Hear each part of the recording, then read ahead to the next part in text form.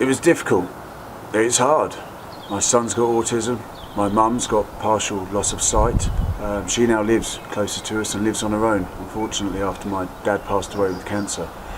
And I, as a carer now, have a family, my wife and my kids all to bring up as well, and I'm working full time.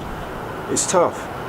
It has been tough, really tough, mentally and emotionally. And you kind of wonder, where do you go for support? How do you get that help that you need? It wasn't there. It hasn't been there. I'm just one carer. There's so many more in the same position as me who need that support. At the beginning of FamilyCarersNet, we spoke to 879 carers living in Suffolk and discovered that 69% of them were experiencing feelings of depression and that 82% were interested in the idea of receiving support digitally.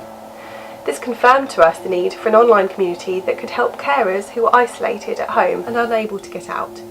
Giving carers the chance to talk to people in similar situations could be a real lifeline, and so the pod was created.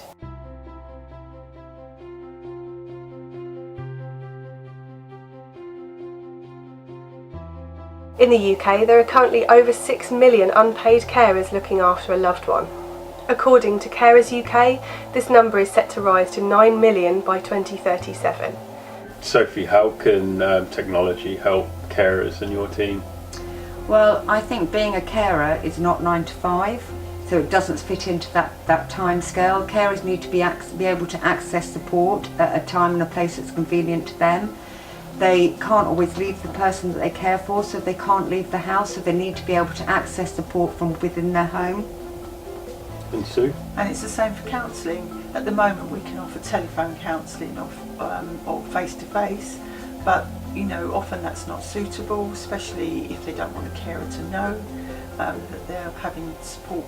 So something that they can do online or video by video would be fantastic and would really make a difference, and we could support some more people. They wouldn't have to come into the office to have an appointment. They can have it in there wherever they are, whether they're sitting on a park bench somewhere, or you know, while they're having a quiet time, or just you know, in a bit of messaging while they're sitting with the person they're caring for. It would be fantastic.